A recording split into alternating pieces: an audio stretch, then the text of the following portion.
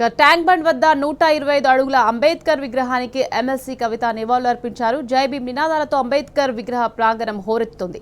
ప్రాంగణం అంబేద్కర్ ఆశయాలను సాగిస్తామంటూ బీఆర్ఎస్ నేతలు నినాదాలు చేస్తున్నారు. అంబేద్కర్ విగ్రహం వద్దకు చేరుకున్న బీఆర్ఎస్ నేతలను పోలీసులు అడ్డుకున్నారు.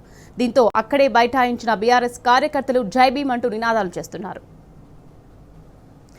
రైట్, ఇదే విషయానికి సంబంధించి మరింత సమాచారం మా ప్రతినిధి అరవింద్ ఫోన్ లైన్లో అందించేందుకు సిద్ధంగా ఉన్నారు. అరవింద్, చెప్పండి, ప్రస్తుతం పరిస్థితి ఎలా ఉంది?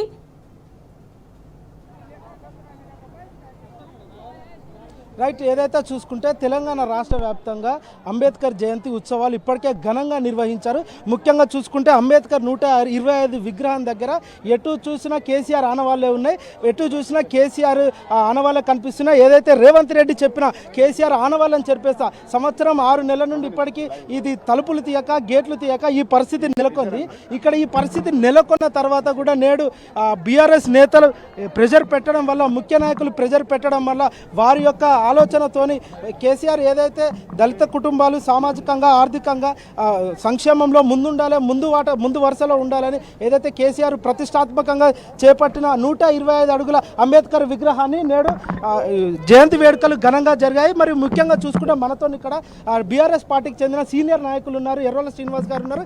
ఏదైతే వారు చేసిన మరి మనతో కుప్పలీశ్వర్ గారు కూడా ఉన్నారు. వారిని అడిగి తెలుసుకుందాం అసలు దళిత అభ్యున్నత కోసం కేసీఆర్ గారు ఏ విధంగా సంక్షేమానికి తోడ్పడ్డారు. మరి ముఖ్యంగా చూసుకుంటే 125 అడుగుల విగ్రహం ట్యాంక్ బండ్ వద్ద దళిత సంక్షేమానికి ఆర్థికానికి ముందు వరుసలో నిలబడాలని వారికి కొండంత భరోసానిచ్చేదానికి కేసీఆర్ నిదర్శనమే నేడు 25 అడుగుల విగ్రహం. మరియు ముఖ్యంగా పైలట్ ప్రాజెక్టుగా దళిత బంధు అనే కార్యక్రమం తీసుకొచ్చాడు. ఈ కార్యక్రమం కింద దళితులు ఇప్పటికే ఆర్థికంగా స్థిరంగా ఉండాలని ఇది తెలుస్తుంది. మనతోని ఈశ్వర్ గారు ఉన్నారు, కుప్పలీశ్వర్, వారిని అడిగి పూర్తి వివరాలు తెలుసుకుందాం. సార్ చెప్పండి, ఇన్ని రోజులు ఈ అంబేద్కర్ విగ్రహానికి పోలీస్ కంచెలతోని కేవలం కేసీఆర్ ఆనవాళ్లను తుడిపేయాలని రేవంత్ రెడ్డి చేసిన పన్నాగం ఇది. నేడు ఇది బీఆర్ఎస్ పార్టీ నేతలు, ముఖ్య నేతలు ప్రెజర్ పెట్టడం వల్లనే ఈసారి 2025లో ఈ జయంతి నిర్వహిస్తున్నారు. దానికి మీరు ఏ విధంగా స్పందిస్తారు? ఖచ్చితంగా గత సంవత్సరం కూడా అంబేద్కర్ ఉత్సవాలను ఇక్కడ జరపకుండా తీవ్రమైనటువంటి వివక్ష ముఖ్యమంత్రి రేవంత్ రెడ్డి తోటి పాటు ఈ ప్రభుత్వం కూడా నిర్వహించడం జరిగింది. ఖచ్చితంగా బీఆర్ఎస్ పార్టీ నేతల ప్రెషర్ వల్ల, అదేవిధంగా దళిత సంఘాల యొక్క ప్రెషర్ వల్ల ఈరోజు తప్పనిసరి పరిస్థితులలో డాక్టర్ బాబాసాహెబ్ అంబేద్కర్ గారి యొక్క 135 సంవత్సరాల జన్మదిన వేడుకలను ఇక్కడ జరపకుండా తప్పని పరిస్థితుల్లో ఈ రాష్ట్ర ప్రభుత్వం నిర్ణయం తీసుకోవడం జరిగింది.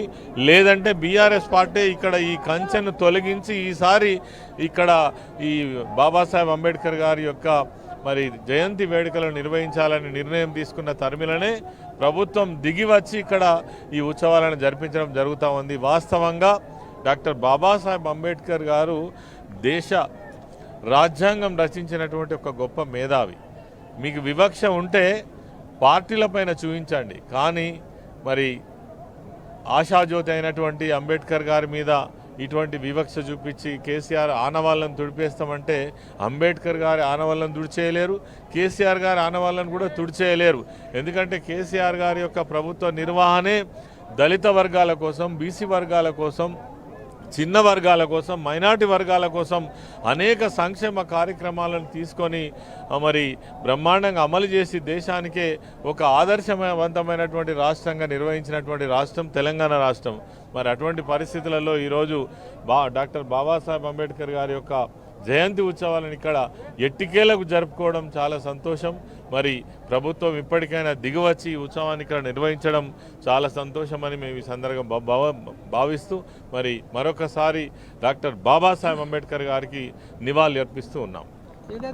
ఏదైతే ముందుగా రేవంత్ రెడ్డి గారు దళితులకు 12 లక్షలు ఇస్తా ఆర్థిక భరోసా కింద ఏదైతే కేసీఆర్ ప్రవేశపెట్టిన దళిత బంధు స్కీమ్కి వీళ్ళు రిప్లేస్ చేసి 12 లక్షలు ఇస్తారంటారు. కేవలం అబద్ధాలు చెప్పి హామీలు ఇచ్చి అధికారంలోకి వచ్చిన కాంగ్రెస్ ప్రభుత్వానికి నేడు దళితులను పూర్తిగా మోసం చేస్తున్న దానికి